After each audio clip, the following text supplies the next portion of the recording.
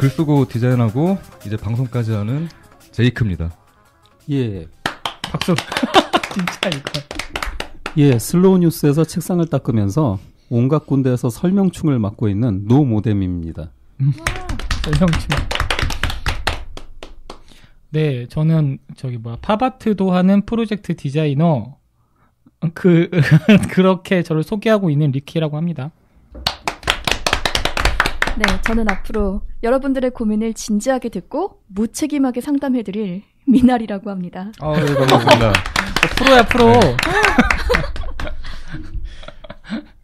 드디어 예. 인간이 아닌 분이 들어오셨어. 그러게.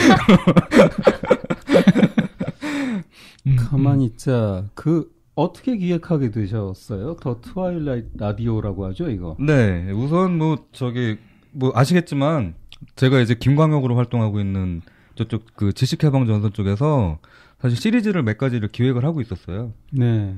이제 대표적으로 덕질해방전선이라든가, 네. 그리고 이제 뭐 딴 분들 기획하는 게 있었고, 노무뎀님 만나면서 이제 요거 하면 되게 재밌겠다라고 생각했던 게 사실은 이제 지금 우리가 하고 있는 환상특급. 네. 그 시리즈였는데, 이게 이제 아무래도 지식해방전선은 여러 사람들이 참여를 하고, 또 기회도 또 균등하게 돌아가야 되다 보니까, 저희가 독점을 하면 안 되는 거예요, 이게. 그러니까 이제 한 회 정도로 압축해서 가는 건 괜찮은데, 이걸 우리가 뭐 10회를 쌓아버리면은, 나머지 분들이 10회를 못 나가요. 그렇죠. 그러니까 아예 그냥 시리즈를 따로 스핀오프로 띄는 게 좋겠다라고 생각을 해서, 이제, 네. 스핀오프 개념 좋네요. 네, 환상특급에 관련해서 먼저 이제 기획을 했고, 그 다음에 그 무책임 상담소 같은 경우에는 사실은 지식해방전선이 하다 보면 좀 몸에 좀 힘이 들어가요. 맞아요. 예, 왜냐면 거기 같이 오시는 분들이 워낙에 대단한 분들이 많아가지고 이게 뭔가 말을 하면서도 준비를 좀 해야 될 것 같고 공부를 좀 해야 될 것 같고 그런 게 있어서 지식해방전선 오랫동안 하려면 어딘가에서 좀 아무 말 좀 해야겠다. 네. 좀 쉬어줘야겠다. 좀 쉬어야 된다. 그리고 해봐서 아시잖아. 그 지혜전 그 방송 나가는 거는 굉장히 이렇게 타이트하게 잘 돼 있지만 맞아요. 아무 말 많이 해요. 맞아요. 네. 그렇지. 이거 2시간 넘게. 네, 그래서 우리는 이제 이 방송에서는 그 고민 상담도 해드리고, 네, 고민 상담을 빌미로 우리는 아무 말 하고, 네, 그 다음에 진지한 건 다 잘라버리는, 네, 그런 식으로 이제 방송을 해보려고 그렇게 준비를 했고요. 수상한 책방 같은 경우에는 뭐 릭님이 먼저 얘기를 하셨고, 네. 사실은 정확하게 얘기를 드리면, 그럼 저는 뭘 하죠? 라고 하시길래, 네. 그래? 그럼 이 사람한테는 좀 돈을 쓰게 해야겠다. 돈을 쓰게? 네. 돈을 써야지 덕이 쌓이거든요, 사실은. 그렇군요. 네. 그래서 이제 매주 이제 게스트나 아니면 이제 손님들 오시면은 좀 책 선물을 좀 드릴 수 있게 하면 좋겠다. 그 수상한 책방 같은 경우에는 사실 그 나오시기 전에 아무런 정보도 받지 못해요. 오, 되게 수상하네요. 네, 그러니까 그쵸? 네. 그러니까 책에 대해서 인포메이션 안 드리고요. 네, 우리도 사실은 몰라요. 그래서 방송이 되기 전까지는 그거에 대한 책에 대한 정보는 링님밖에 모릅니다. 그럼 제가 잘 비밀을 지켜야겠네요. 그럼요. 예. 네. 원래 그쪽으로는 뭐 그런 거군요. 예. 알겠습니다. 그래서 이제 총 3부로 구성이 되고요. 아마 환상특급은 이제 녹음을 실제로 해봐야지 알 것 같은데 1, 2부로 나뉘어요. 거기선 또. 그래서 이제 1부에서는 환상특급에 대한 그 원래 이제 우리가 그날 얘기하려고 하는 네. 환상특급의 에피소드에 대해서 얘기를 할 거고요. 2부 환상특급에서는 환장특급이죠. 네. 환상특급이 아니라 환장특급입니다. 환장특급. 네. 왜냐면 저희가 그 환상특급에 워낙에 환장하는 사람들이라. 네. 그렇군요. 그 2부 환장특급에서는 그거에 대해서 이제 최근에 어떤 식으로 콘텐츠가 발달이 됐고 그 파생돼 있는 다양한 영화들이 있거든요. 네. 뭐 미디어도 있고 뭐 많죠. 방송도 있고 되게 많아서 이제 그런 거에 대해서 좀 얘기를 해볼까 생각을 하고 있습니다. 좋네요. 네. 근데 솔직히 다들 이거 왜 하세요? 그러니까 저는 이제 그런 의도가 있었는데 진짜 궁금한 게 뭐냐면 이거 왜 하세요? 다들. 네, 그게 가장 궁금해요, 저는. 어떠세요, 노무대님? 저 같은 경우는 이제 우리가 한국 사람이지만 글로벌 네트워크 시대를 살아가면서 이제 여러 가지 미디어들을 이제 접하다 보니까 그 미디어를 탄생시킨 어떤 원조가 되게 궁금해지더라고요. 네. 특히 되게 미묘하고 기괴하고 환상적이고 이런 것들이 언제부터 유행을 하게 됐을까? 물론 기술적으로 따지면 특수 효과가 이제 TV 드라마에 도입이 되면서부터도 있을 거고 이제 컬러 TV의 시대도 있고 뭐 여러 가지가 있는데 그것 말고 언제나 무슨 장르나 문화의 시작은 누군가 한 사람이 그때까지 모였던 어떤 폭발적인 힘을 작품 하나로 폭발을 시키더라고요. 예, 중언부언하고 있지만 미국 그 대중문화에 있어서 이 환상특급이란 드라마가 지대하게 영향을 미치고 있는데 우리도 알게 모르게 그 영향을 받으면서 실제로 이게 어디서 오는 건지는 잘 사람들이 모르고 어떤 때는 궁금하다 싶으면서도 자료가 없으니까 네. 찾지를 못하는데 제가 이 뿌리를 봤을 때 그런 걸 궁금하게 여기는 분들과 함께 이야기를 같이 해보고 싶다. 그리고 이제 작게는 환상특급이란 드라마를 기억하신 분들이 상당히 많더라고요. 네.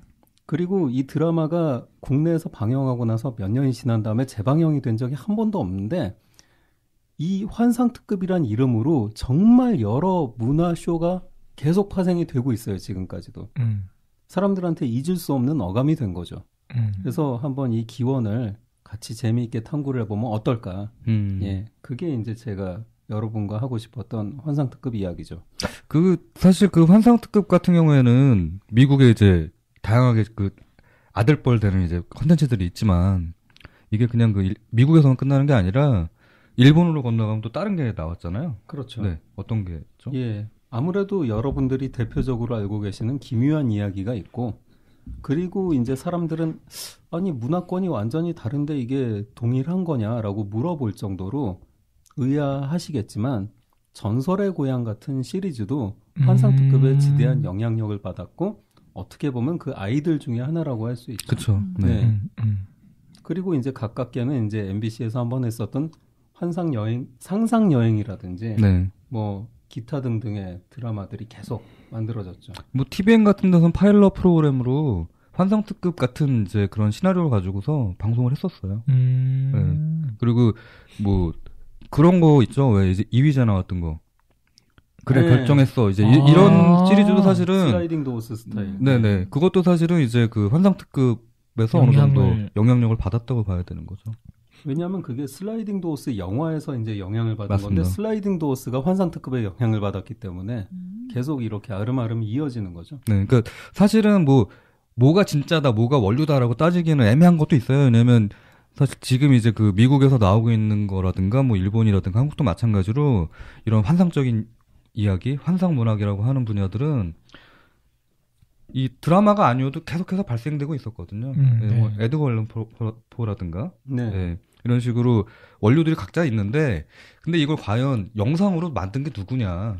네. 그리고 영상으로서 먼저 시작한 게 누구냐라고 따지면은 어떻게 보면은 제가 볼 때는 환상특급이 그거에 대해서 딱 씨를 뿌린 거죠. 그리고 제가 이번에 환상특급이라는 거를 이제 한다고 해서 새롭게 알게 된 사실 중에 하나가 이게 언제 처음에 시작됐죠?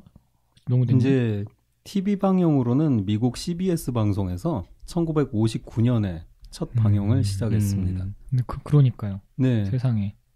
제가 인터넷 찾아보니까 1950년대라고 주장하는 분이 있는데 네. 그분 잘못된 거죠 그러면은? 네, 1950년은 아니고 1959년이고 네. 그래서 60년대 문화를 열어가는 어떤 그 시작이라고 네. 봐야 되죠. 그러니까 제가 근데 보통 기억하는 거는 시즌 1 그때가 아니라 보니까 이게 시즌 1, 2, 3 그다음에 3 그 다음에도 있었나요? 네, 그럼요. 있는데 제가 기억하는 건 시즌 2거든요. 1980년대였나요? 80년대 시즌 2. 네. 그때 아주 어릴 때였어요. 제 기억으로는. 저도 근데 아주 어릴 때 봤는데 그게 인상이 워낙에 깊이 남아서 그 다음에 저 재방송이 거의 없었던 것 같아요. 다시 본 기억은 없지만 한 번도 없습니다. 한 번도 없는데 그게 아직도 기억난단 말이에요. 몇 개 에피소드가. 정말 놀라운 거죠. 그거는. 되게 재밌는 건 방송 쪽에서 일하시는 분이나 영화 미디어 업계에 이제 종사를 하시는 분들한테 환상특급 아세요라고 물어보면 다들 안다 마다를 떠나서 반가운 기세까지 띄면서 맞아. 저 환상 특급 되게 좋아했어요라고 모두들 고백을 하는데 이런 사람들이 많음에도 불구하고 재방영은 한 번도 이루어진 적이 없는 정말 환상적인 TV쇼입니다. 네, 좀 환장하겠네요. 네, 재미있는 말장난이었습니다. 그건 그 미나님 같은 경우에는 그 환상 특급 네. 그 보신 거 중에서 좀 기억나는 에피소드가 있나요? 혹시 아니면 환상 특급을 처음 들어보셨거나 그럴 수도 있기 때문에 아주 어렸을 때 네. 봤던 기억은 나요. 근데 정확한 줄거리는 생각나진 않지만 뭔가 굉장히 인상 깊은 프로그램으로는 남아있거든요. 네. 근데 그게 그 느낌만 기억이 나는 게 뭔가 딱 그 드라마가 끝났을 때 기분이 네. 그냥 뭐 잘 봤다 이러고 까먹는 게 아니라 뭔가 미묘하게 막 불쾌한 건 아닌데 미묘한 풀리지 않은 여운 같은 그쵸. 것이 미스테리 같은 것이 마음에 네. 이렇게 남게끔 그렇게 남아있더라고요. 네, 전반적으로 그 시리즈의 특징인 것 같아요. 그 사실 그리고 이게 제가 이제 40대인데 40대들은 그걸 이제 실제로 방송을 계속 봤던 사람들이잖아요. 네. 그래서 40대가 넘은 분들은 더 기억을 잘해요. 한 50대 가까운 분들은 오히려 그거를 실제로 딱 그 팬이 돼가지고 봤던 분들이 많아요. 그러다 보니까 에피소드에 대해서도 그 뭐 30대 지금 기억하는 분들이라든가 이런 분들보다 더 디테일하게 알아요. 왜냐면 우리들은 되게 어렸을 때 봤지만 그쵸. 그분들은 어느 정도 좀 성장해서 봤기 때문에 그걸 관심 있게 본 거예요. 근데 저는 이제 그런 게 있는 것 같아요. 그 당시에 나왔던 드라마, 한국 드라마, 네. 그다음 외화도 사실은 그 뭐라고 해야 되지? 좀 밝은 내용이 많았어요. 뭐 디스토피아적인 그런 뭐 미래를 보여준다든가 아니면 일상에서도 미스테리를 보여준다든가 그게 거의 없었어요. 근데 이제 이거를 어린이들이 본 거잖아요. 그렇죠. 당시에는 어린이가 보는 만화들은 또 생각보다 되게 밝은 내용들이 많았다고 한국에서 방영하는 건. 권선징악. 네, 그리고 일본에서 나왔던 에피소드 중에서 만화 영화도 조금 좀 히스테리가 있다든가 조금 좀 우울한 내용이 들어있으면 다 자르고 방영했어요. 그때 그랬죠. 네. 네. 그러다 보니까 이걸 어린애들이 봤을 때는 엄청난 정신적인 스트레스가 생기는 거예요. 멘탈 공격. 네. 그래서 오히려 더 기억에 오래 남는 거 아닌가 이제 그런 생각을 해봐요, 저도. 맞아요. 이게 또 제가 왜 기억을 더 하는 건지 생각해 봤냐면 제가 좋아하는 그 시리즈라고 할까요? 어떤 특정 장르 중에 뭐가 있냐면 현실을 무대로 하고 있는데 그런데 판타지인 걸 좋아하거든요. 근데 이게 딱 현상 특급 영향을 받지 않았을까 이런 생각을 좀 해봐요. 거의 대부분의 거기 보면은 물론 SF나 이런 것도 배경을 잡고 있지만 거의 대부분의 배경이 그냥 우리가 살아가는 현재인데 뭔가 되게 독특한 설명할 수 없는 비틀어 가지고 스토리를 전달하는 말이죠. 네. 그런 것도 좀 생각을 해봤습니다. 최근에 이제 노무대님이 다시 보여주셔서 보면서 놀란 게 뭐였냐면 나는 그게 그냥 우리 일상 어딘가에서 일어나는 일이구나처럼 이게 생각을 했어요. 그렇죠. 왜냐면 그때 옛날에 왜 그 새소년이나 막 옛날 잡지들 이제 모르시는 분들이 많을 텐데 네, 그런데 보면은 말도 안 되는 기획 기사들이 있었어요. 뭐 람보와 뭐 코만도가 싸우면 누가 이기나. 실제 있었어요. 네. 뭐 에어울프와 블루 썬더가 싸우면 누가 이기나 막 이런 식으로 진짜 현실에서 일어나지 않는 거에 대해서 막 이렇게 주는 게 있었는데 그게 이제 드라마로 그렇게 표현된 게 없다 보니까 그쵸. 네. 제가 생각할 때는 이제 그런 책하고 분명히 TV에서 나오는 건 다르다. TV에서 나오는 거는 더 사람들이 막 나와서 움직이니까 저건 진짜로 있었던 일인가 보다. 이렇게 생각을 하다 보니까 진짜 그렇게 생각을 했거든요. 왜 우리나라 지금 하고 있는 뭐 예전에 했던 뭐 이야기 속으로 그런 것들 있잖아요. 네. 그런 것처럼 그랬는데 이게 최근에 다시 보니까 뭐가 있냐면 이건 다른 차원에서 일어나는 얘기래요. 맞아. 네. 앞에 그렇게 쫙 깔고 얘기하죠. 네, 그거를 쫙 깔고 얘기하다 보니까 아 이게 또 그런 게 있었구나. 그래서 이제 이게 일상이 아니라 비일상이구나. 실제로 사람들한테 아 그래 그러면 이게 일상이 아니라 다른 차원이라고 하는 그리고 이제 그 평행 우주죠. 평행 우주라고 하는 거를 거기서 벌써 얘기를 했구나 싶으니까 아 이거 재밌네라는 생각이 들더라고요. 그렇죠. 미나님은 그 아직 못 보셨죠? 네. 네. 잘 보진 못했어요. 그러니까, 근데 지금 듣다 보니까 굉장히 보고 싶어지네요. 네. 저희가 하려고 하는 게 이겁니다. 궁금해지게 만드는 거죠. 궁금해지게 만드는 그러니까요. 겁니다. 네. 정말 이거는 꼭 한번 봤으면 좋겠어요. 많은 사람들이. 네. 저는 근데 이게 되게 중요하다고 생각을 하는 게 사실 최근에 크리에이터라고 하는 분들이 있잖아요. 뭐 다양하게 뭐 사진도 찍고 뭐 이제 뭐 만화도 그리시고 웹툰도 하시고 일러스트도 하시고 뭐 디자인도 하시고 여러 가지 작품 활동을 하시는 분들이 제가 이제 각각 만나 보면은 공통적으로 하는 고민들이 있어요. 뭔가 새로운 걸 만들거나 이야기거리를 만들거나 스토리텔링 구조가 있는 거를 가지고 뭔가를 하고 싶은데 연작이라든가 이걸 하고 싶은데 그걸 도대체 어디서 참조해야 되냐 이거예요. 근데 이제 저도 그거를 처음에는 뭐를 참조하세요라고 이렇게 각각 맞게 이렇게 얘기를 드렸었는데 어느 날 갑자기 드는 생각이 이제 환상특급 이제 방송하기로 결정을 하고서 이제 드는 생각이 그냥 오리지널판을 보면 낫겠다. 왜냐면 이제 오리지널판에서 계속해서 확장을 하고 이제 계속 이제 발전하면서 최근에 뭐 여러 가지 그 영향을 받은 것들이 있잖아요. 대표적으로 그 뭐 매트릭스라든가, 뭐 소스코드라든가 이런 식의 좀 이런 영화들까지 발전을 했기 때문에 그거를 보고서 아이디어를 내면은 그거랑 비슷하게밖에 안 나와요. 그렇죠. 근데 오히려 오리지널을 보고서 뭔가를 만들면은 그거랑 비슷한 수준의 뭔가는 나올 거라고 생각을 하거든요. 그리고 이제 저는 이제 그 뭐 우리가 눈으로 보는 이미지 있잖아요. 네. 그게 너무 디테일해지면 상상력이 줄어든다고 생각해요. 네, 그건 100%. 네, 아마 그래서 공감합니다. 뭐 소설을 보면서 내가 주인공을 상상한다든가 소설에 묘사된 대로 뭐 냄새를 상상한다든가 오히려 그것들이 각각 다르기 때문에 그거를 보고 만드는 것들이 다 다른 거거든요, 느낌들이. 네. 그러다 보니까 환상특급 오리지널 1959년도판 같은 경우에 흑백으로 돼 있고 그 다음에 지금처럼 돈을 많이 투자한 게 아니라 그때 많이 투자했을지도 모르겠어요. 여러 가지 효과들을 썼으니까. 근데 지금 보면은 되게 단촐한 무대. 그리고 이 세트가 단촐하다 보니까 극의 진행은 되게 다이나믹하거나 아니면 드라마틱해야 되는 거예요. 그렇죠. 그래서 오히려 그거를 보는 거가 더 효과적이지 않을까라고 생각을 해서 이제 저희가 이제 소개를 해드리려고 하는 거죠. 네, 네. 저희도 지금 딱 2편밖에 안 봤어요. 아, 그래요? 네. 일부러 안 찾아보고 있어요. 노모뎀님이 이렇게 한 편씩 제시를 해주시는 게 너무 저는 기다리는 것도 좋고 같이 보는 것도 너무 좋고 해서 네. 로드설링 분위기도 살짝 있으십니다. 그럴 리가. 예.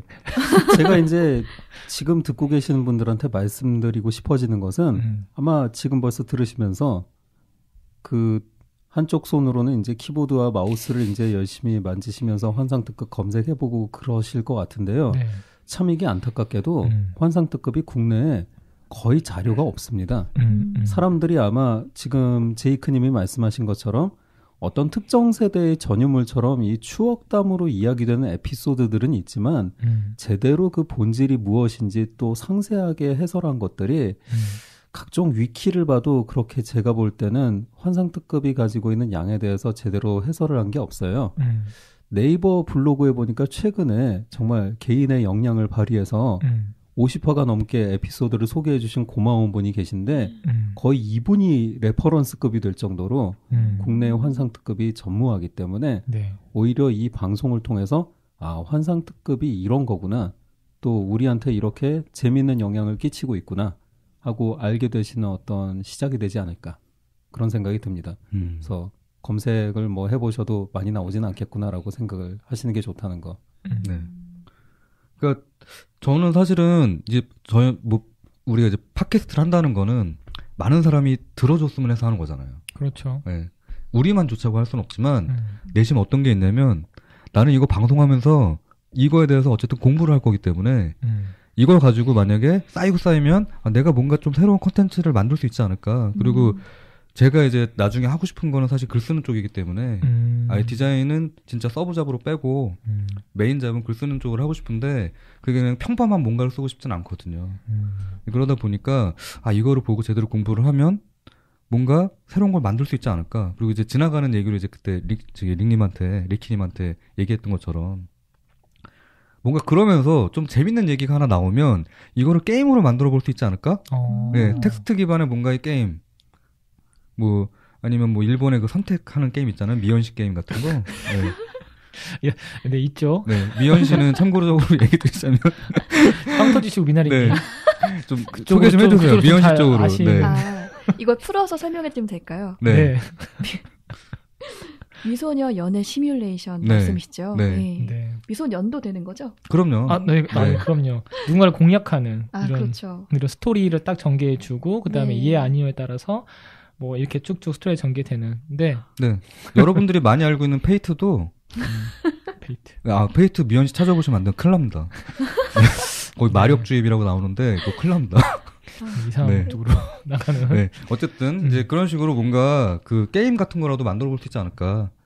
저는 그거 되게 재밌을 것 같아요. 막 이런 환상특급에 나올 법한 얘기를 가지고 내가 주인공이 돼서 다른 차원에 가서 좋죠. 뭔가 이런 거를 계속해서 그냥 한 편으로 끝나는 게 아니라 계속해서 뭐 1장, 뭐 2장 이런 식으로 해가지고 이런 스토리들이 연결되는 내용이라면 전 충분히 재밌을 것 같거든요. 그리고 소설을 쓰는 것보다 오히려 이렇게 게임으로 멀티 엔딩이 나올 수 있게 뭔가를 한다면 그것도 나쁘지 않겠다라는 생각을 해서 뭐 꿈은 뭐 원대하지만 그래도 제가 이제 오늘 썼던 글처럼 축제를 하려면 장작을 쌓아야 되는데 그렇죠. 하나씩 네, 장작을 쌓으려면 지금 땀 흘리는 시간이 필요합니다. 그래서 저는 이제 장작 쌓는 기분으로 네. 역시 네. 사실 이게 지금 거의 그렇게 말씀해 주시니까 생각이 나는 건데 처음에 저 이런 아이디어를 막 서로 신나서 얘기할 때 저 같은 경우에는 그 하나의 좀 뭐랄까 이미지가 많이 떠올랐거든요. 그러니까 어느 좀 약간 수상한 동떨어진 지역이 있는데 거기에 건물 한 채가 서 있고 거기 1층에는 뭐가 들어가고 2층엔 뭐가 들어가고 거기에 수상한 책방이 있고 거기에 환장특급 무슨 바가 있어가지고 그 거기 노모대님이 딱 오셔가지고 그 현실 세계에 온 사람들을 안내해준 안내 역할을 하는 거예요. 이렇게 지금 이 세계 저승사자인가요? 근데 왠지 그런 느낌이 어울리시지 않으세요? 그러면서 이제 저기 무쌍 책방 있고 그다음에 그 위층에는 무책임 상담소가 있어가지고 현실 세계 고민들 얘기도 하고 그러니까 저한테는 일종의 그 비주얼라이제이션이 충분히 서서 뭐 기회가 되면 한번 그런 것도 작업해보고 싶은 생각도 있어요. 그림이라든지 이미지로. 사실 이제 그 리키님이나 저는 이제 디자인을 계속 했던 사람이고 리키님은 이제 그림을 계속 그렸던 분이기 때문에 얘기를 하거나 뭐 메시지를 보내거나 이런 것들에 좀 그게 있어요. 다른 사람들보다 이걸 어떻게든 이미지로 구체화시켜가지고 전달할 수 없을까 이제 이게 있어가지고 이제 처음에 이제 수상한 책방 했을 때 제가 간단하게 야 이거 가지고 단편 소설을 쓰면 이렇게 재밌는 게 나올 수 있어요. 그러면서 이제 맞아요. 보내드린 게 있어요. 맞아요. 그런 거 있죠. 아마 그때 얘기했던 게 그때 각자 한 명 한 명의 스토리를 그렇게 해도 재밌겠다 말씀드렸어요. 사실 어느 정도는 가지고 있어요. 역시. 네. 그래서 그걸 쓰고 싶은데 아시겠지만 제가 생각보다 게을러요. 빌 받았을 때 확 쓰셔야 되는데. 네, 그러니까 딱 빌 받았을 때 그냥 몰입해서 확 써야 되는데 그 수상한 책방 같은 그거는 그때 이제 딱 빌 받아가지고 확 나왔는데 나머지는 계속 지금 머릿속에서 굴리는 거예요. 이게 특히 제가 마음이 와닿았던 게 뭐냐면 제가 그 지난 뭐 방송에 안 나갔을 텐데 그 지혜전 때 서로 저는 이런 덕후예요라고 할 때 저를 소개할 때 저도 모르게 저는 사람 덕후라고 얘기를 했거든요. 그러니까 사람을 이렇게 관심을 갖고 지켜보고 관찰하는 걸 좋아하고 이야기하고 이야기 듣는 걸 너무 좋아해요. 그러니까 뭐 좀 더 얘기를 길게 할 수 있겠지만 좀 줄여서 얘기하면 사람이라고 하는 거를 새롭게 바라보기를 전 바라는 게 있거든요. 그러니까 겉에 보이는 게 그 사람의 본질이 아니라 그 안에 담겨 있는 이런 의식이 그 사람인 것 같은 거예요. 그 사람이 당연히 늙고 어리고 이런 걸 떠나서 그래서 이제 그 안에 있는 것을 꺼내서 이제 뭔가 좀 교류하는 거 너무 재밌어하는 거죠. 근데 이 수상한 책방이라는 것이 좀 그런 많은 사람들을 만나고 얘기하고 얘기 들어보고 하는 그건 좋은 어떤 수단이 되지 않을까. 장기적으로 책방 내시는 걸로. 정말 책방 내는 겁니까? 네. 지금 위치까지 이미 생각하고 계신다면서요. 위치요? 거기 을지로 말씀하시는 거예요? 네. 위치 정확하게 얘기하시면 안 돼요. 예. 거기 땅값 올라요. 이건 네. 임대료 오르니까 안 되고요. 그건 나중에 공개를 해주시는 게 좋을 것 같아요. 알겠습니다. 그나저나 다시 우리 환상특급 얘기로 돌아가야 돼요. 네. 사실 이게 메인 줄거리이기 때문에. 네. 자, 이제 그 환상특급 같은 경우에는 사실 그 방송을 하고 이제 그 영상으로 보여준 것도 중요한데 이거에 진짜 중요한 건 뭐냐면 원작자가 있다는 거. 각본가가 굉장히 유명한 사람이고 그 사람이 결국에는 미국의 어느 정도 영상으로 표현되는 환상 문학의 이제 기틀을 세웠다고 해도 되기 때문에 또 이 작가 때문에 우리가 지금 만나고 있는 그러니까 그 상태에서 미래인 거죠. 네. 미래에 엄청난 작가가 또 탄생되고 엄청난 감독들이 탄생이 되고 엄청난 배우들이 탄생이 되기 때문에 그 각본을 썼던 원작자 네. 소개를 좀 해주시면 어떨까 싶어요. 이제 이상하게 이제 국내 원작자가 리처드 매디슨 선생으로 알려져 있지만 실제 이 원작은 이 제작자이자 그리고 메인 각본가이자 그리고 나레이션과 이제 소개까지 진행을 했던 로드 설링 본인이 이제 원작자라고 할 수 있고요. 단지 이제 로드 설링이라는 이 뛰어난 이 TV 작가가 워낙 그 당시 이제 그 작가들이 이런 거 하나 있었으면 좋겠는데 하는 그 형식을 정말 그 스테이지를 마련을 해준 사람이기 때문에 좀 전에 제이크님이 언급하신 리처드 매디슨이라는 이 환상문학과 이 공포문학의 어떤 투탑을 다 거머쥔 엄청난 대가가 이제 자신의 대표작을 쓴 다음에 바로 그 다음에 환상특급의 작가진으로 합류를 하게 되죠. 리처드 매디슨의 이제 대표작은 여러분들도 귀에 굉장히 익으시겠지만 나는 전설이다. 이게 영화로도 여러 번 이제 만들어져서 여러분들 귀에 익었고요. 그 외에도 수많은 이것도 이 사람이 쓴 거였나 싶은 작품들이 있는데 그 모든 시작은 이제 환상특급에서 이 사람의 각본이 이제 꽃을 피면서 그러자 이제 경쟁사 TV에도 또 생기고 또 그 경쟁사의 TV에도 생기고 이 시리즈가 끝나면 또 후속 시리즈에 또 생기고 그런데 작가들은 다 같은 사람들이거든요. 그러면서 이제 미국 방송 문화가 꽃을 피우고 다시 극장 영화에 영향을 주고 극장 영화가 거꾸로 다시 TV 방송 문화에 영향을 주고 하면서 우리가 아는 풍부한 SF와 판타지의 세계가 만들어지게 된 거죠. 그 재밌는 내용이 있어요. 사실은 그 미국에 그 트럼보라고 하는 영화가 있는데요. 트럼보라고 하는 영화가 있는데 거기 보면 미국에 어떤 일이 있었냐면 좌파 작가들을 다 자르는 일이 있었어요. 그러니까 우리나라 이제 그 블랙리스트처럼 이 작가는 안 돼. 정부에 안 좋은 영향을 줘. 그래서 이 사람들이 뭐를 하냐면 다 잘렸잖아. 맞아요. 좌파 작가들이 다 잘려버리니까 뭐를 하냐면 다 각자 필명을 여러 개를 만들어요. 그래가지고 창작 공동체가 생겨요. 그래서 일을 받을 때는 한 사람이 받아요. 네. 근데 이 사람이 자기가 쓰는 게 아니라 거기 있는 공동체에서 나눠요. 그리고 결제를 한 사람이 받는 거예요, 계속. 그렇게 해서 또 그걸 나눠요. 이런 식으로 그 이제 환상특급이 한참 이제 그 인기를 끌기 시작해가지고 TV 쪽이죠. TV 쪽에서 이런 이제 새로운 드라마들이 막 생길 때 그때 빛을 발했던 사람들이 미국의 좌파 작가들이에요. 어쩐지. 네. 그러다 보니까 이제 방금 얘기하신 것처럼 사실은 이거는 환상특급 쓰던 사람이 저기가 쓰고 여기서 쓰고 하는 이제 그런 방식들이 그때 그래서 가능했던 거예요. 저도 그 영화 봤는데 그 작가들이 그렇게 관련되는지 몰랐어요. 아니죠. 근데 그분도 이제 거기 나온 작가들은 사실은 이제 영화에 관련해서 네. 거의 보면 뭐 바람과 함께 사라지다 이제 그런 거 썼던 작가들 나오는 거잖아요. 네, 맞아요. 근데 그거와 마찬가지로 TV 작가들도 똑같이 네, 영화 작가들도 막 참여를 하고 영화 작가가 갑자기 막 뭐 드라마도 촬영을 하고 이제 이런 식으로 막 시스템이 막 돌아갈 때라 어떻게 보면 그게 이제 그 황금을 캐는 시기였던 거죠. 저도 살짝 보니까 그 왕좌의 게임 선풍적인 인기 끌었잖아요. 우리나라에서도. 네. 그걸로 유명한 조지 PR 마틴? 네. 네. 조지 R 마틴. 조지 네. PR이된다. RR 마틴? RR 마틴. 네. 이분도 환상특급 작가라고 아까 나오더라고요. 그렇죠. 그 당시에는 이제 조지 R 마틴 경우에는 되게 새끼 중에 새끼 작가로 이제 거기 이제 이름이 살짝 걸쳐져 있었던 건데 네. 오늘날에 와서는 와 조지 R 마틴이 참여했으면 정말 대단한 TV 시리즈겠구나 하고 거꾸로 이 사람의 이름값으로 환상특급이 재조명이 되는 거죠. 네. 결국에는 이제 그것 때문에 다시 또 환상특급을 찾는 사람들이 생기는 거예요. 네. 근데 이제 조지 R 마틴 같은 경우에는 이제 오리지널 시리즈 참여가 아니라 그 이후에 칼라로 넘어오면서. 네. 하긴 칼라 2부 넘어올 때 저희가 아는 되게 배우 2명이 거기에 그 출연했었더라고요. 어떤 배우죠? 하나는 저기 모건 프리먼. 오. 완전 젊었을 때. 완전 젊었을 때. 저기 도박사의 선택인가?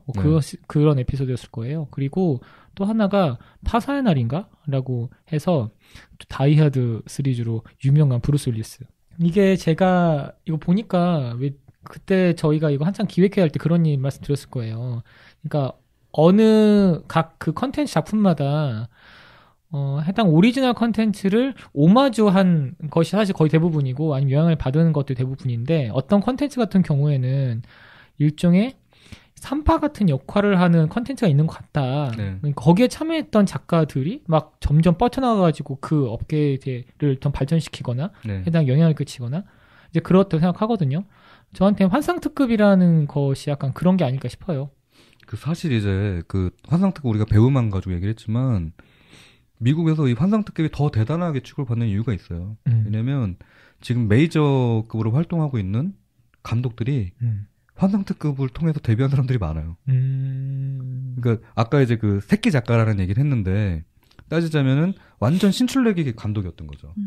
신출내기 PD들이었던 거죠. 연출가들이었던 거죠. 근데 그중 이제 대표적인 사람이 스티븐 스필버그. 그쵸. 그러니까 스티븐 스필버그 같은 경우에는 나중에 이제 그 스피노프는 아니고 이제 확장판인 거죠. 극장판에 대한 전체 감독을 또 해요. 네. 그리고 조단테.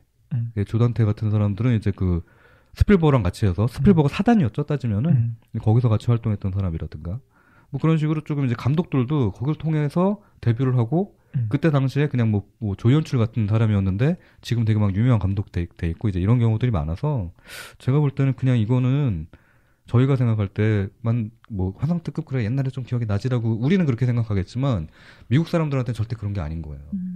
엄청나죠. 이게 제가 생각을 해봤는데 보니까 10분 내지는 아마 거의 길어봤자 15분 내외였을 거예요. 하나의 에피소드가. 그런데 또 이 환상특급에서 추구하고 있는 어떤 이야기의 방향이라고 하는 것이 현실을 왜곡해서 삐딱하게 본단 말이에요. 그 전혀 생각하지 못했던 거를 던져야 되니까. 제가 그때 그런 말이 흔히 있지 않습니까? 되게 위대한 창의적인 게 나오려 그러면은 반드시 제약이 주어져야 된다. 뭐 이런 얘기 나오는데 이런 그 길지 않은 시간 그리고 평범한 이야기가 아닌 전혀 새로운 어떤 뒤통수 치는 어떤 그런 이야기를 만들어야 한다라는 그런 조건들이 조합해 더해지면서 막 그런 어떤 이런 각성이라고 할까요? 그게 좀 일어나지 않았나 싶기도 그쵸? 하고 네. 15분짜리를 1시간 반짜리로 늘리는 거는 차라리 쉬울 수 있어요. 그 대표적인 거가 있어요. 그 벤자민 버튼의 시간은 거꾸로 간다. 네. 그거 단편 소설이거든요. 네. 읽으면 그 10장 안 돼요. 근데 그걸 2시간 넘게 늘렸잖아요. 맞아. 또 그런 게 있죠. 네, 그러니까 그런 뭔가 진짜 압축률이 굉장히 좋은 이 콘텐츠들이 있거든요. 그렇죠. 와, 여기서 요거 살리면 네. 뭐가 나오겠는데 이제 이런 느낌이 사는 이제 그런 콘텐츠들이 있는데 이제 보면 이제 그 환상특급 같은 경우는 얘기하셨듯이 30분 안쪽으로 네. 내용들이 진행이 되다 보니까 나중에 이제 그걸 봤던 세대들은 이걸 활용하기가 너무 좋은 거죠. 그렇죠. 그 노무대님 그 스티븐 킹도 사실 이거 영향 받았잖아요. 영향을 받은 정도가 아니라 이게 지금 여러분들이 하셨던 얘기를 좀 다른 각도로 이제 조명하는 게 되는 건데 첫 번째는 이제 어떤 식으로 사람들이 영향을 받고 환상특급을 다른 방식으로 표현하기 시작했나.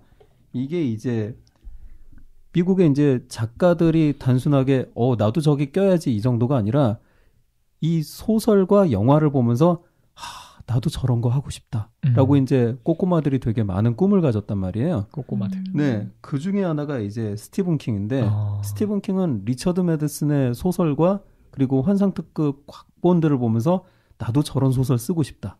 그래서 이제 유명한 소설가이자 아예 공포 문학을 끌어가는 어떤 선두주자가 된 거고요. 스티븐 스필버그 같은 경우에는 이게 되게 이채로운 게 59년에서 64년까지 방영한 시리즈를 보면서는 이 사람이 와 나도 저런 거 만든 사람이 되어야지 하는 꼬꼬마였는데 80년대가 되면 자기가 그것을 만드는 사람이 되어 있습니다. 그러니까 이게 정말 특이한 거죠. 환상특급을 보고 자란 사람이 환상특급을 만들고 있으니까. 환상특급이란 콘텐츠가 되게 아까 제가 이 환상특급의 이야기를 보면 이런 비주얼라이제이션, 그러니까 그려진다고 그랬잖아요. 이게 되게 중요해요. 그러니까 저한테는 환상특급이 그냥 하나 이야기가 아니라 진짜 실제 존재하는 또 다른 언어 세계 같은 거예요.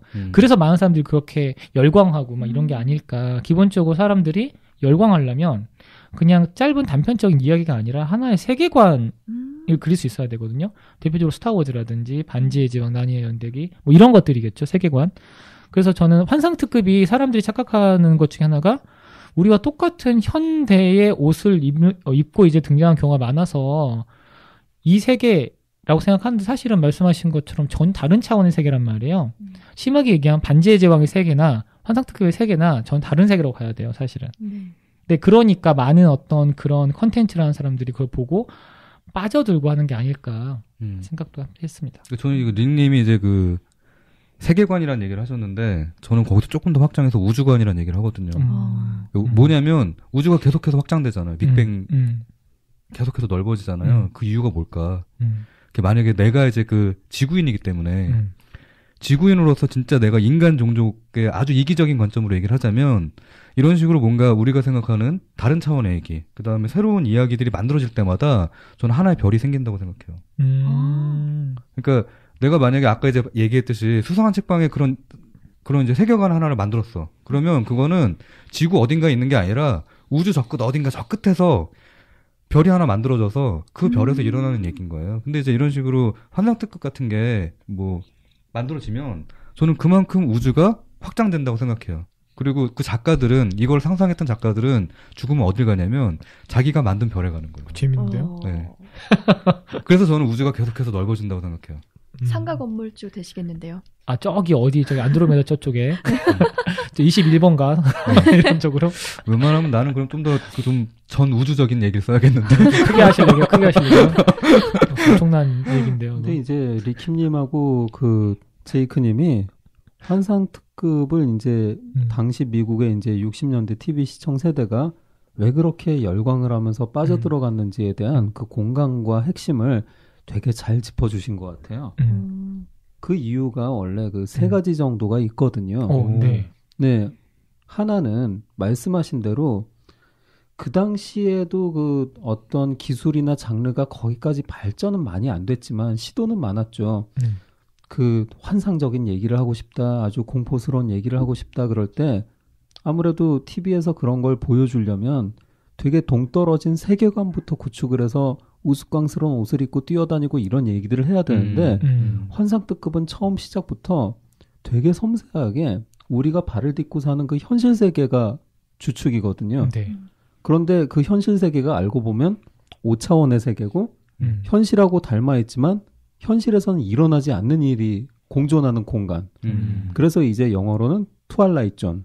그리고 우리는 그것을 환상특급지대라고 부르게 되는 거죠. 이게 이 시리즈의 첫 번째 특징이고 두 번째 특징은 이 작가들이 단순한 권선징악이나 되게 명확한 선악 구분에 이 매몰돼서 이야기를 쓰는 작가들이 아니었고 굉장히 고민이 많고 세상을 보는 시각이 대중에 비해서 앞서 있는 사람들이었어요. 그러다 보니까 대중들은 자꾸 간단하게 구분을 하려고 하는데 그쵸. 세상을 어떻게 하면 입체적으로 바라봐야 된다는 얘기를 하고 비판을 하고 할 수 있을까. 그런데 어린이들이 보는 상상력이 풍부한 드라마에서 그런 얘기를 하기는 되게 힘들잖아요. 그렇죠. 그걸 은유하기 시작한 거예요. 괴물, 로봇, 외계인, 악마 이런 얘기들로. 그래서 볼 때는 그냥 스토리가 재미있는데 알고 보면 그것이 우리 현실에서 일어나는 부조리에 대한 어떤 정밀한 은유가 되는 거죠. 그리고 애들하고 그걸 지켜보던 부모 중에 몇몇은 깜짝 놀라는 거죠. 아니 이 스토리는 이거 뭐지? 다음 주에도 우리 아들이랑 봐야겠구나, 딸이랑 봐야겠구나 라는 생각을 하면서 세대가 같이 빠져들어가는 거죠. 그 세 번째 특징은 이게 TV 시리즈를 만들어가는 이 제작진들의 어떤 고충인데 사실 스타워즈 같은 영화 이제 만들어진 게 되게 획기적이지만 그런 걸 만들려고 했어도 TV에서 그런 걸 만들려면 엄청난 자본과 그렇죠. 돈과 촬영이 들어가는데 이것은 앞서 말씀드린 대로 현실에 기반을 둔 은유의 이야기이기 때문에 바로 양복 입은 사람들이 그냥 그렇죠. 스튜디오 바깥에서 길거리에서 촬영을 하고 거기에 어떤 사람이 나는 사실은 악마입니다. 이렇게 말해버리면 스토리가 완성이 되는 거예요. 그렇죠. 저예산으로 가기가 되게 좋고 네. TV 시리즈가 갈 수 있는 아주 좋은 길을 비춰주는 거죠. 네, 이 세 가지 특징이 바로 여러분들이 본 좀 전에 이야기한 핵심과 공감을 불러일으키는 그 원천이 되는 거죠.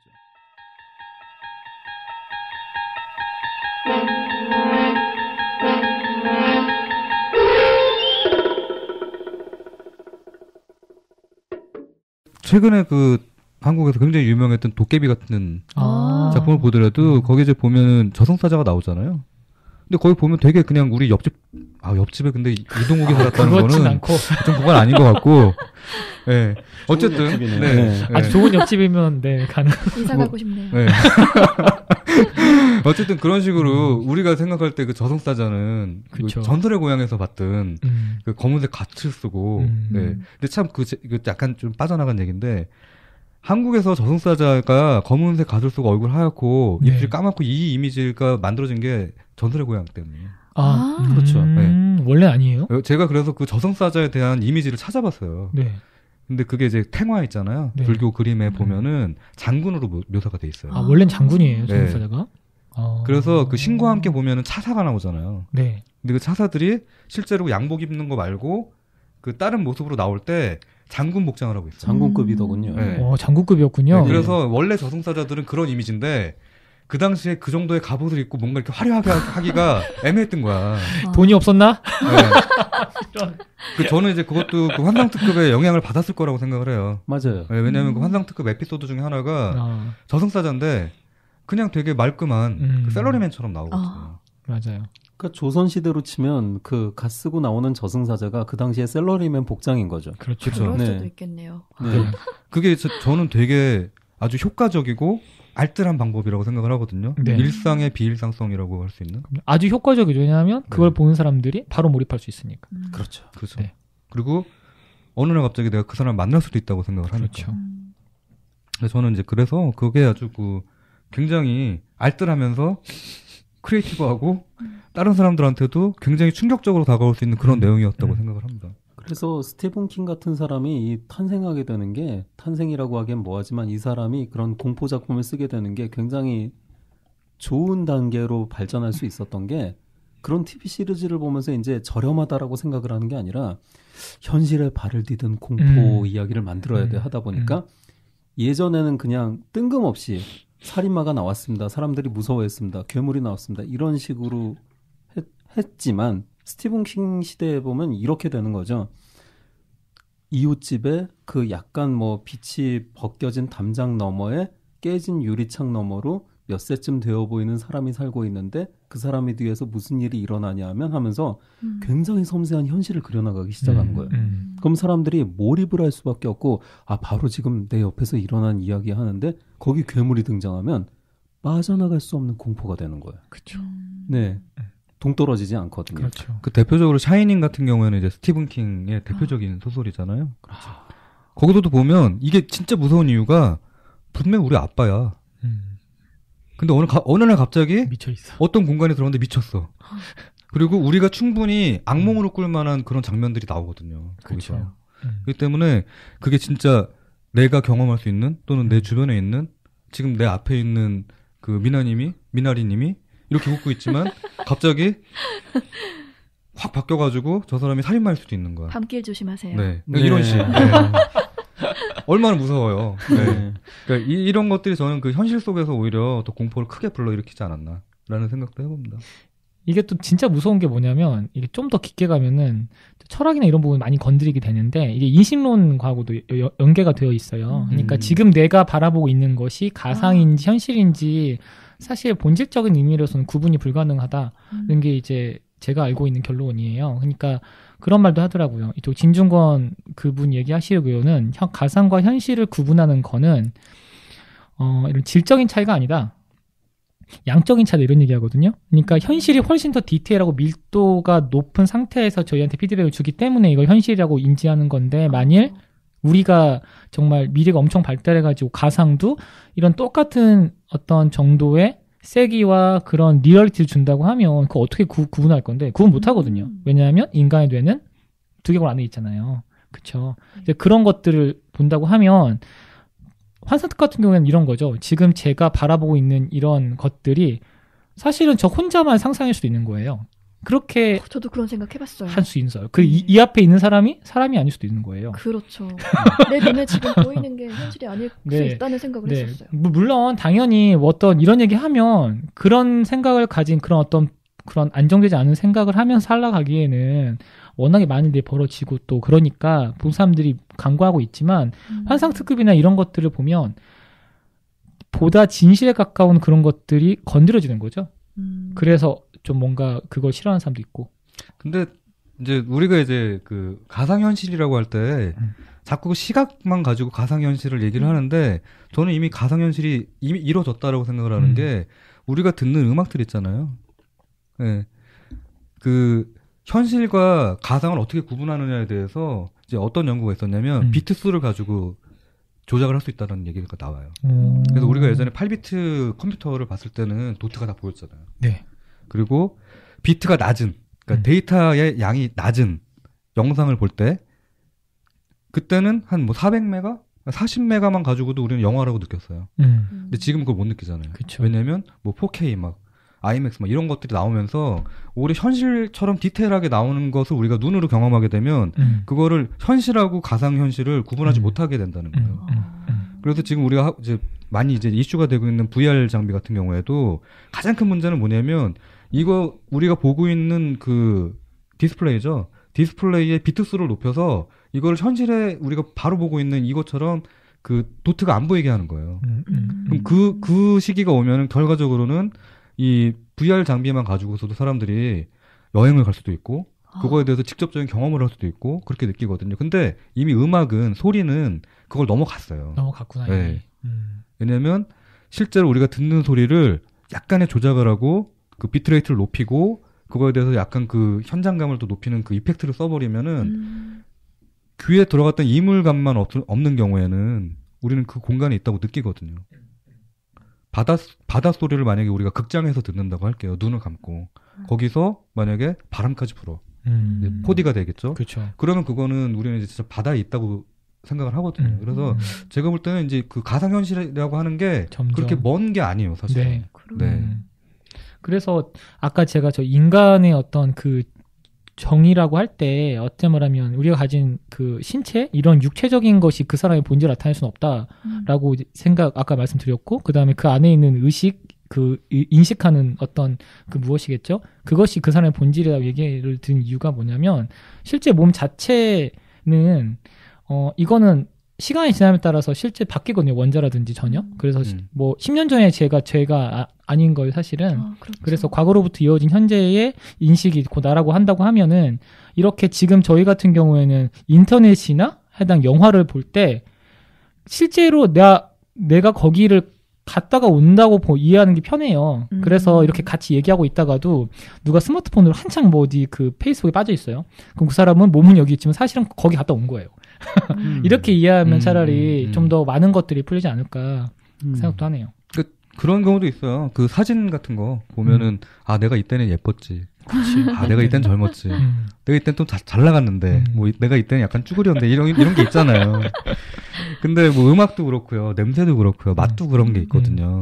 근데 진짜 내가 아니었으면 싶은 것들이 뭐가 있냐면 초등학교 때 쓴 일기. 그거 내가 아니에요. 흑역사. 네. 그렇기 때문에 저는 그 어저께 나와 오늘의 나는 별 차이가 나지 않지만 이게 시간이 지나면은 분명 저기에 저 앞에 있었던 한 10년 전에 김광욱 내 이름 자꾸 얘기하면 안 되는데 10년 전에 제이크, 네, 10년 전에 제이크, 그다음에 5년 전에 미나리, 뭐 20년 전에 리키, 그다음에 뭐 100년 전에 노무댐님, 네, 이런 사람들은 다 다른 사람들인 거예요. 그럼 다르다고 봐야 됩니다. 그럼요. 그러니까, 자, 그러면 이제 우리가 환상 특급에 대한 전체적인 소개는 나름대로 호기심을 갖게 되지 않았나 싶고 이참에 이제 각자 이제 1부, 2부, 3부에 대한 소개를 하자면 도대체 환장 특급이라고 이름을 지어주신 분이 저는 제이크님인 줄 알았는데 제이크님이 아니라고 하니까 이주성님 같았는데. 아 그래요? 네. 아, 네, 맞아요. 생각해보면 그런 분이 계셨어요. 그날 잠깐 들렸다가 잠깐 오셨어요. 우리가 막 고민을 했잖아요. 그렇죠. 아, 우리 저기 2부랑 3부는 괜찮은 이제 그 타이틀이 뽑혔는데 1부가 일부가 이게 없다. 그러면 고민하고 있었는데 갑자기 딱 오더니 그럼 환장 특급으로 하시죠. 문을 열고 들어오더니 그냥 그 환장 특급으로 하죠. 네. 그러셨던 것 같아요 그때. 그리고 나가셨죠. 제가 그 성향을 좀 아는데 그 사람 성향은 이제 일단 이 타이틀이 안 정해져 있으니까 가제를 던졌을 거예요. 근데 그 가제가 메인이 됐다고 이제 들으면 좀 당혹하고 있지 않을까. 그래서 이제 자기가 지었다고 생각을 하고 못하셨던군요. 혹시 만나게 되면은 좀 전해주세요. 그때 너무 그 괜찮은 아이디어였다고. 그렇군요. 브레인 역시. 웃겠죠 아무래도. 환장이라는 그 단어 찾아보니까 어떤 것에 지나치게 몰두하여 정신을 못 차리는 지경이 되는 것을 속되게 이르는 말. 속되게 이른다는 것은 이제 어감이 이래야겠죠. 아, 환장하겠네 정말. 환상특급의 에피소드를 이 오디오 컨텐츠를 통해서 이렇게 접하는 분들은 아무래도 그 재미를 좀 느끼게 되시면 나름대로 환장하게 되지 않을까. 예, 그래서 이제 환장특급은 환상특급의 에피소드를 영상으로 보지 못하더라도 여러분이 이제 이런 내용이고 그래서 사람들이 되게 재밌어 하는구나. 그리고 그 이야기가 또 이런 이야기들을 낳았구나 하는 그런 소개가 될 것 같고요. 그렇게 해서 여러분도 환상특급의 세계로 발을 들이게 되는 계기가 되겠죠. 그리고 2부는? 네. 2부는 이제 무책임 상담소죠. 네, 아주 기대가 되는 순서입니다. 네. 사실 저는 무책임 상담소 통해가지고 고민하는 건 없어요. 그냥 아무 말 하면 되거든요. 예. 저는 그냥 아무 말 할 거거든요. 제일 중요한 건 뭐냐면요. 저희가 상담은 해드리지만 해결은 해드리지 않아요. 그렇죠. 네. 원래 질문 자체에 답이 있는 거거든요. 답이 있기 때문에. 네. 질문 자체에 답이 있다. 그렇죠. 모든 질문은 그 자체로 답입니다. 이를테면요? 나는 왜 연애를 못하는가? 본인이 다 알고 있어, 사실은. 저도 알고 있어요. 예, 자문하는 순간, 예. 네. 갑자기 슬퍼졌어. 죄송합니다. 눈물 날 뻔했어. 뭔가 못할 만한 것 같긴 한데. 저는 그런 질문을 떠올리지 않았습니다. 예. 이렇게 무책임하게 나오셔도 되는 겁니까? 원래 컨셉이니까요. 딱 맞는 거예요. 그렇구나. 네. 네. 무책임을 지향하는. 네, 그래서 저희는 상담은 해드리고 답은 드리지만 이걸 실제 상황에서 적용할 수 있을지 모르겠어요. 그러니까요. 네. 근데 이렇게들 소개하셨는데 이제 더 트와일라이트 라디오죠. 이 프로그램 이름은 더 트와일라이트 라디오입니다, 여러분. 예. 2부로 그 무책임 상담소를 할 것이고 이런 내용이다라고 소개들을 하시니까 페이스북에서 사람들이 상당히 굉장히 재밌어하고 거기 저도 끼고 싶어요 이렇게 말씀들을 하시던데 평소에 저는 그분들이 되게 책임감 있는 분들이라고 생각을 했거든요. 왜 이런 현상이 벌어졌을까요? 그 책임감의 끈을 좀 놓아드릴 때가 된 것 같아요. 부담에서 벗어나는. 그렇죠. 네. 진지하다고 다 해결되는 게 아니거든요. 맞습니다. 그러네요. 하지만 저희는 되게 진지하기 때문에. 네. 듣는 건 항상 진지하게 경청을 하고. 다만 무책임하게 답변을 드리는 거죠. 저는 되게 진지하다는 게 사실은 되게 무책임하다고 생각해요. 어떤 면에서 그렇죠? 그러니까 그런 거 있잖아요. 뭐 상담을 들었을 때 저는 되게 진지하게 얘기를 해주는데 진지하게 얘기할수록 현실에선 멀어져요. 그럴 수도 있어요. 맞아요. 야, 사실은 옛날 선인이 이런 얘기를 해줬고 내가 살아보니 이런 상황에 이렇게 하는 게 좋을 것 같고 근데 제가 예전에 그랬었거든요. 제가 딴 사람한테 상담을 들을 때 되게 좋은 얘기 많이 해줘. 그래서 그 자리에서 막 감동을 받아요. 그러고서 그 사람과 헤어져서 집에 딱 와서 내 방에 들어왔을 때는 영화나 한 편 더 보자 그냥. 실질적으로 딱 해결되는 게 없을 없어요. 때가 많죠. 네, 대부분 없어요. 그래서 저는 오히려 이렇게 무책임하게 얘기를 드리는 게 어쩌면 또 현실에 더 공감이 될 수 있는 내용들이 될 수도 있지 않을까라고 하는. 맞아요. 그러셨구나. 진짜 필요한 대답을 들으려면 지인들 말고 밖에 나가서 그냥 모르는 사람 붙잡고 물어봐라 이런 말 있잖아요. 그게 전 이렇게 읽히네요. 사실 무책임하지만 무책임할 수 있다는 얘기는 거짓말 안 한다는 얘기도 돼요. 맞아요. 그러니까 솔직하게 얘기할 수 있다는 얘기고. 그렇죠. 네, 왜냐 그렇게 되거든요. 그러니까 실제로 누가 저한테 얘기를 했는데 이 사람은 저랑 저 친한 친구고 오래 볼 사람이에요. 근데 이 사람이 이렇게 물어봐요. 나는 왜 연애를 못할까? 물어반다고 치면 연애가 문제군요, 다들. 뭐 그게 이제 얘가 나오니까. 그러면 솔직하게 제가 봤을 때 야, 너 살 빼야 돼. 라든지 야, 너 좀 옷을 좀 잘 입어야 돼. 라든지 야, 너 그렇게 가끔 그런 간혹 가다가 이런 정말 아저씨 같은 말을 하는데 그러면 안 돼라고 말해주고 싶지만 말해주면 이 사람 화낼 거 알아. 상처도 받을 수 있어. 상처받을 수 있어요. 그러면 내가 괜찮아. 너의 많은 짝이 있을 거야, 자식아. 괜찮아. 이렇게 하고 넘어간다면 못 만난 그렇죠. 거야? 그냥 다 넘어갈 수 있단 말이에요. 그런데 난 이 사람 한 번밖에 안 볼 거예요, 예를 들면. 그러면 같이 집에 가서 거울을 보시고 일단 그다음에 옷 좀 사 입으시고 다이어트 하시고 솔직히 말할 수 있는 거죠. 그렇죠. 네. 그런 어떤 의미로 저는 읽혀졌어요. 그러면 지금 리키님 같은 경우에는 멘토링 같은 걸 하시잖아요. 뭐 가끔 하실 때 그렇게 하시나요? 네. 다시 안 볼 거니까? 아니 사실 이게 사실 이게 되게 이게 그런데 저 수피 속담에 보면은 네. 말을 자기가 자기 안에 있는 생각을 남에게 전달할 때 세 가지의 문을 통과하게 하라 이런 말이 있더라고요. 네, 뭐 잠깐 이게 도움이 될 수 있을지 모르겠지만 첫 번째로는 그 말이 사실인가 아닌가라는 문을 통과하게 하래요. 네, 그다음에 두 번째가 그 말이 필요한가 아닌가라는 말을 통과하게 하더라고 하더라고요. 네. 자, 세 번째가 그 말이 따뜻한가 아닌가. 자, 이거를 이렇게 접목해 보면 누군가 저한테 야, 나 좀 뚱뚱하지 않아? 라고 얘기했다고 쳐요. 자, 여기서 첫 번째 문 뚱뚱해요.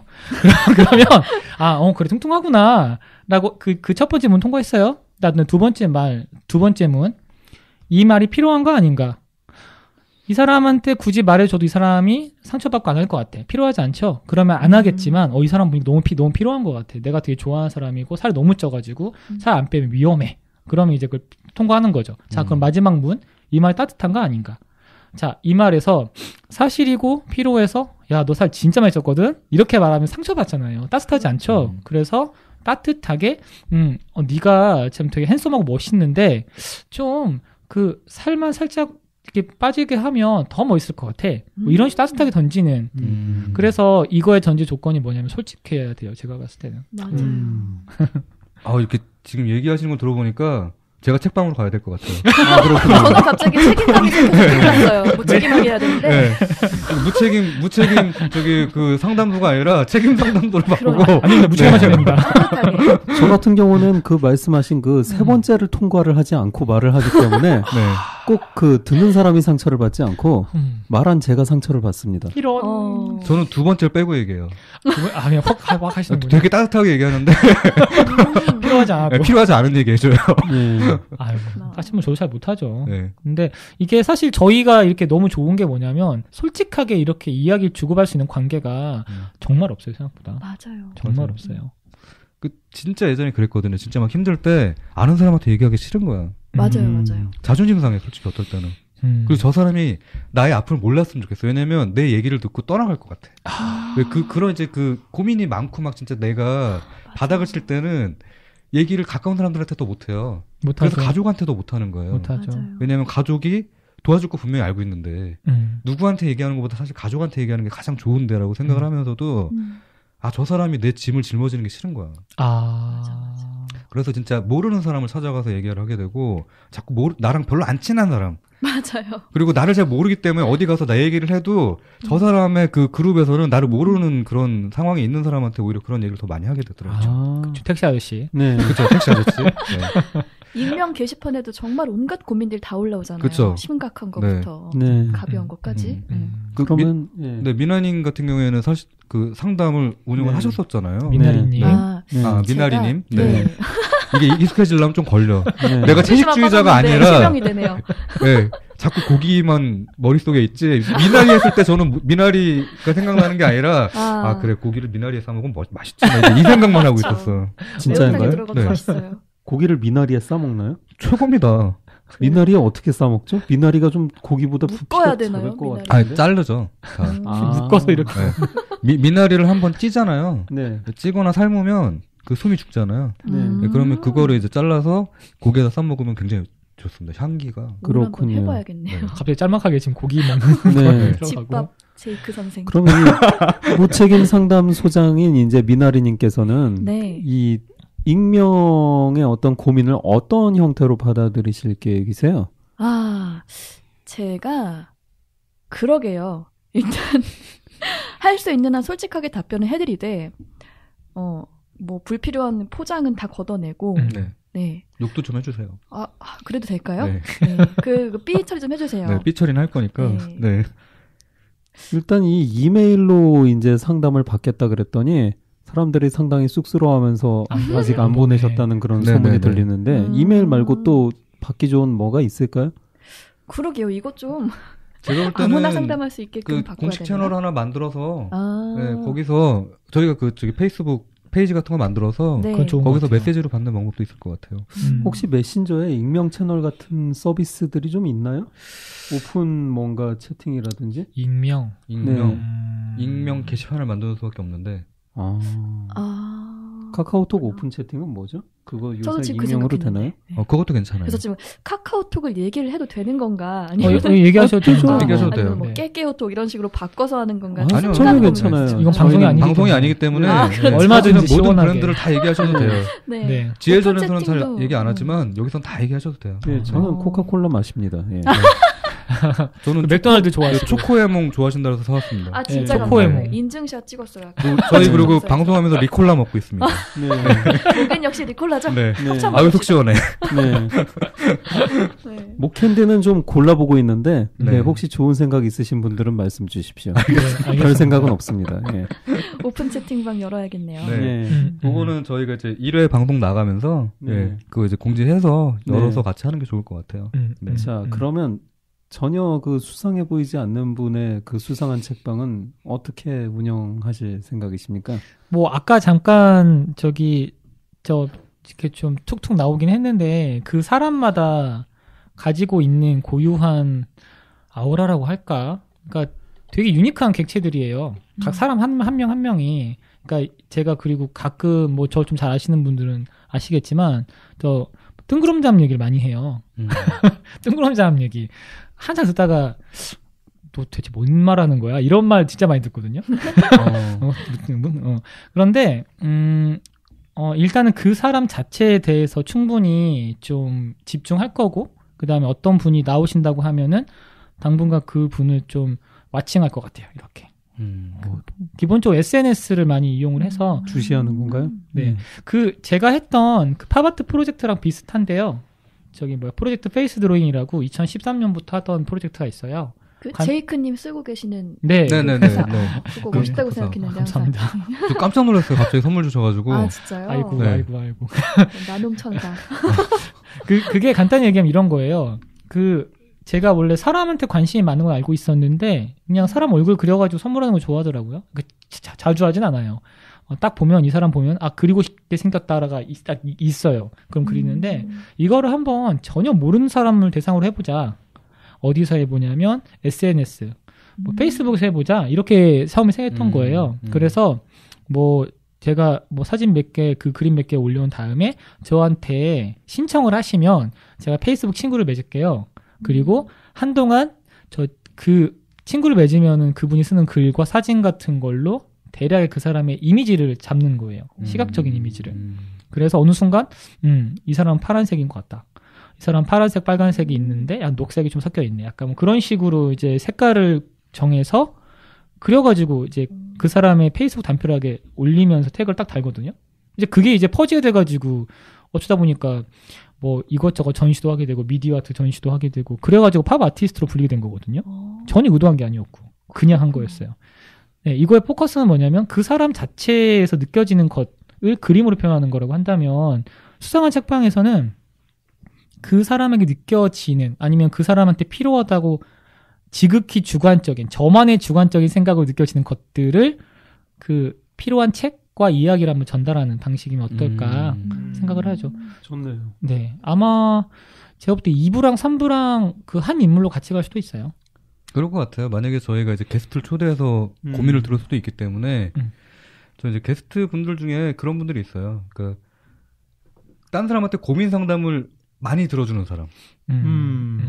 또 이제 밖에 나가서 멘토링을 많이 하는 사람. 근데 이 사람은 사실 어디 가서 자기가 멘토링을 받을 수가 없어. 아, 그렇죠. 자기가 고민이 있는데 어디 가서 얘기를 못 해. 그래서 그런 분들을 좀 초대를 하는 것도 재밌을 것 같다라고 생각을 해봤어요. 그래서 저희가 하는 수상한 책방과 함께 그 앞에 하는 부치킨 상담소에는 여러분들, 청취자들의 고민 상담도 하지만 이 게스트가 나올 때는 그 게스트들의 고민 상담도 같이 들으려고요. 네, 너무 좋아요. 그럼 게스트가 상담을 받고 도망가려는 순간에 이제 붙잡혀서 3부에서 이제 책을 받아야죠. 네, 책 받아라. 네. 책 받아라. 네. 관찰당한 다음에. 네. 너는 이미 나한테 관찰당하고 있었다죠. 네. 그럼 방송 끝날 때까지 그분한테, 그 게스트한테 어떤 책이 선물로 갈지 아무도 모르는 거네요? 아무도 몰라요. 닉님밖에 몰라요.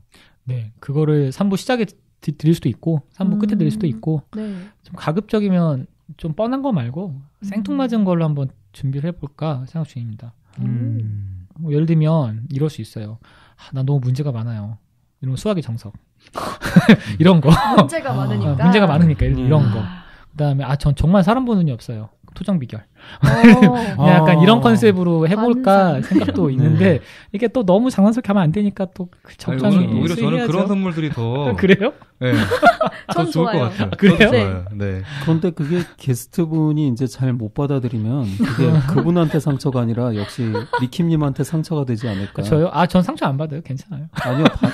아까도 제가 말씀드렸지만 저는 그 3단계에서 3단계를 빼고 말을 했더니 제가 상처를 받더라고요. 있죠. 왜냐면 반동 멱살을 있죠. 잡히기 때문이죠. 감히 저처럼 하세요. 2단계를 빼세요. 다시 한번 1단계, 2단계, 3단계 얘기를 해주세요. 네. 저 1단계 사실이냐 아니냐. 자, 두 번째 필요한가 아닌가. 세 번째 그 말 따뜻한가 아닌가. 자, 네. 2번을 빼시면 됩니다. 필요하지 않은 얘기를 하시면 돼요. 저는 1단계를 빼면 되겠네요. 네. 전 여하튼 3번을 빼면 확실하게 상처를 받을 것이라는 것을 보장드립니다. 말하는 알겠습니다. 사람이. 그럼 예. 좀 따뜻하게 해야겠네요. 네. 뭐, 닉님 근데 말씀하시는 것도 그렇고, 실제 이제 만나서 얼굴을 보면은 따뜻해요. 감사합니다. 따뜻한가요? 네, 저는 닉님 진짜 좋아하는 게, 네. 뭐, 닉님이 인간성이 좋다든가, 네. 뭐, 닉님이 진짜 능력이 뭐 뛰어나다든가, 네. 그 다음에 뭐, 닉님이 저한테 밥을 샀다든가, 네. 그런 것보다 잘생겨서 좋아요. 저는 닉님을 처음 뵀을 때 네. 어떤 느낌이냐면 제주도에서 따뜻한 햇살을 받고 자란 감귤의 느낌이었어요. 감귤. 인간이 아니라 감귤.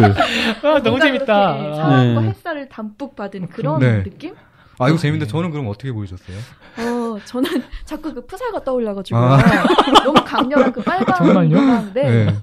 굉장히 근데 또 어울려요. 그 색깔 대비가. 네. 저는 일러스트를 바꿔서 너무 깜짝 놀란 게, 저 대학교 때, 졸업 작품으로 어떤 친구가 뭐를 했냐면, 졸업생들의 그 장점과 단점, 그 다음에 특징들을 캐치해서 색깔을 정해주고, 그거 가지고 작품 만드는 걸 했었어요. 네. 근데 이제 각자 다 이제 막 이쁜 색깔 막 얘기하다가, 저를 마지막에 얘기를 하면서, 야, 그러면 그 교수님이 물어본 거야.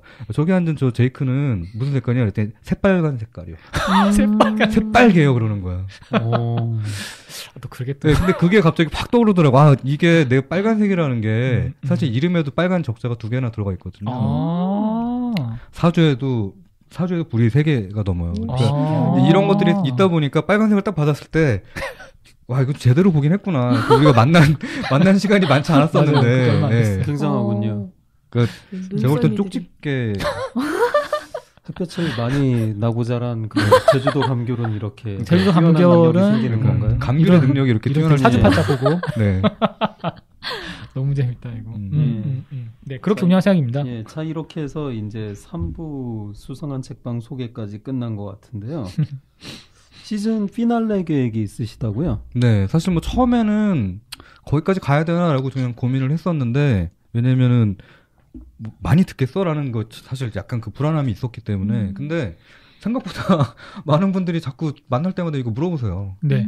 그러니까 그 환상 특급을 들으셨던 분들은 환장 특급에 대해서 굉장히 관심을 가지고 계시고, 그 다음에 우리가 되게 무책임하게 상담을 해준다라고 했더니 뭔가 무책임한 상담도 되게 궁금하지만 뭐 자기의 고민에 대해서도 다시 좀 생각해 보시는 분들이 계셨나 봐요. 그래서 이제 그것도 궁금하다. 그 다음에 그 책방 얘기를 하면서 아무 책이나 들을 수도 있다고 이렇게 슬쩍 흘렸더니 여기에 참여하고 싶다고 하시는 분들이 계세요. 진짜. 왜냐면 어쨌든 방송 나와서 참여만 해도 책을 받는다라고 생각하는 그런 거구나 또. 이기적인 같은 분이 계시기 때문에 네. 이런 이름이 실수로 나와버렸네요. 아이고, 예. 제가 얘기를 했나요? 아이, 보고만, 예. 제 거에다 삐 처리할게요. 예. 네. 어쨌든 이제 그런 분들이 계시기 때문에 제가 볼 때는 뭐 각각의 이제 이런 관심들이 있는 거 보면서 이거 그냥 우리가 방송 이제 시즌제로 하잖아요. 시즌제로 이제 그 일본식으로 따지면 원클, 투클 이렇게 나눠서 12편씩 나누는데 이게 이제 3개월 텀이거든요. 그래서 그렇군요. 12회를 이제 한 시즌으로 보고요. 첫 시작은 우리가 이렇게 시작을 하지만 이거 프롤로그라서 영화예요. 영화. 제로예요. 제로. 네, 그리고 이제 앞으로 이제 12화까지 갈 텐데 마지막 편 정도는 공개 방송식으로. 오, 재밌겠다. 공개 방송식으로 우리가 그 환상특급 에피소드 10개를 할 거거든요. 10개를 할 거기 때문에 12개가 갈 수도 있지만 그 10개 중에 우리가 생각할 때 요거는 우리 방송을 듣는 청취자들은 꼭 같이 봤으면 좋겠다, 재밌겠다라고 생각하는 걸 한 4편 정도, 예, 많게는 한 6편 정도 골라서 그걸 이제 필름 포럼 같은데 공간을 예, 그렇죠. 피날레는 이제 현장에서 네. 진행을 진짜로. 한다. 네.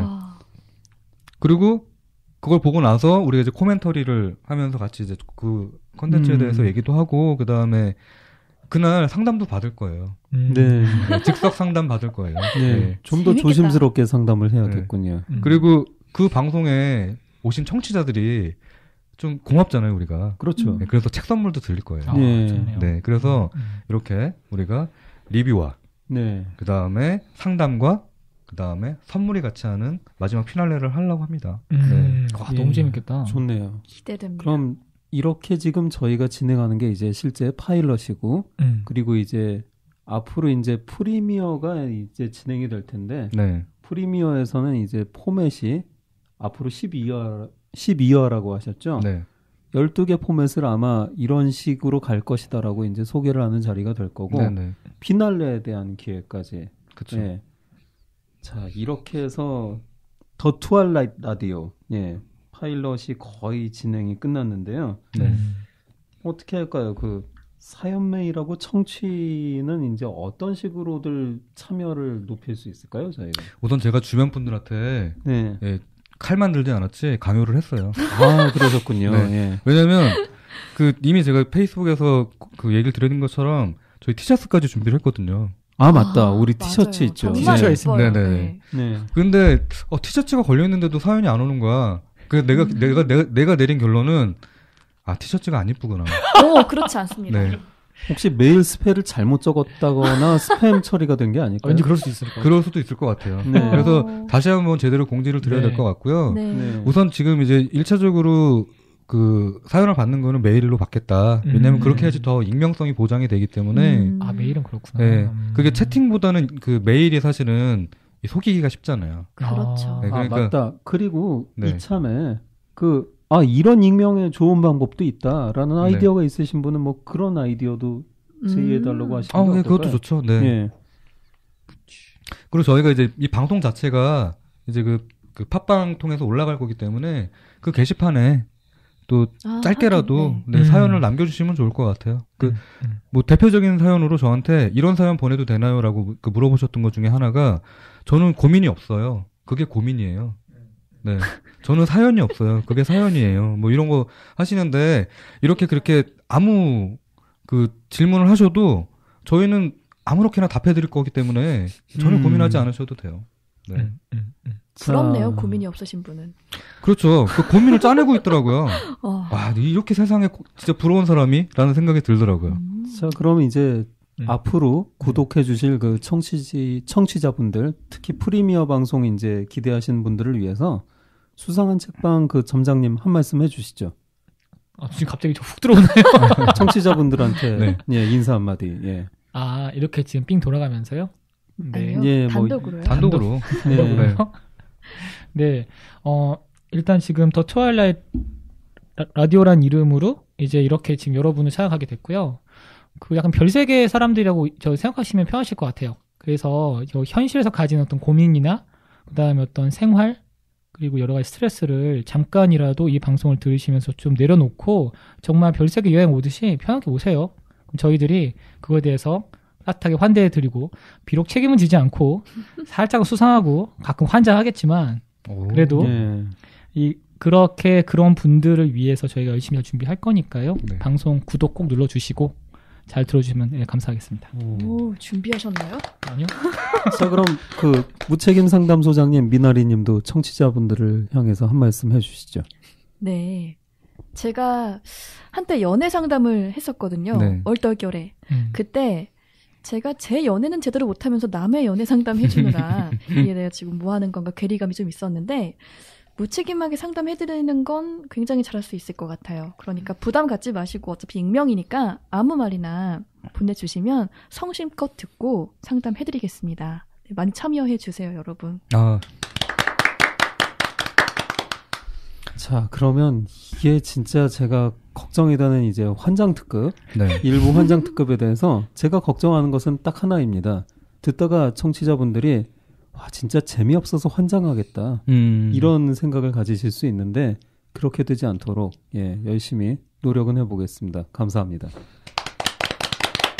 자, 이제 제이크님 예, 네. 마무리 하나 해주시죠. 뭐 사실 저는 그러니까 어떻게 보면 이제 PD죠. 그렇죠. 네, PD 역할로 지금 다 방송에 참여를 하고 이제 그 무책임 상담소에서 소장을 맡으려고 했는데 오히려 저보다 더 뛰어난 상담 소장이 오셔서 네, 저는 약간 그 바깥에서 경비 서는 걸 할 것 같고요.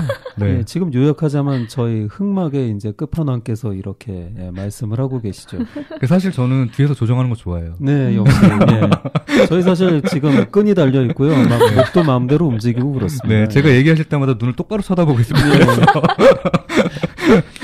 네, 저는 이제 그 전체적으로 그 계획을 잡고 또 이제 이게 실제로 운영이 되고 그다음에 그 필요한 분들이 얘기하시면 저한테 제가 이제 섭외도 하고 또 방송 편집도 하고 또 이미지도 만들고 그래서 여러분들이 방송하시면서 아주 편하게 여기 오셔서 진짜 무책임하게 하실 수 있게 수상하게 하실 수 있게 환장하도록 하실 수 있게 제가 도와드리는 역할을 할 것 같아요. 그러니까 방송 이제 같이 녹음하시는 뭐 노무댐님 그다음에 미나리님 그다음에 리키님이 저를 잘 쓰시면 될 것 같아요. 열심히 해보겠습니다. 그리고 저희는 그 지식해방전선 쪽에서 또 다른 또 컨셉으로 또 다른 이름으로 또 활동할 거기 때문에 또 지식해방전선도 많이 들어주시고요. 네, 저희 방송 어쨌든 구독해주시고 좋아요도 해주시고 저희 후원 계좌도 만들 거니까 후원해주시면 티셔츠 갑니다.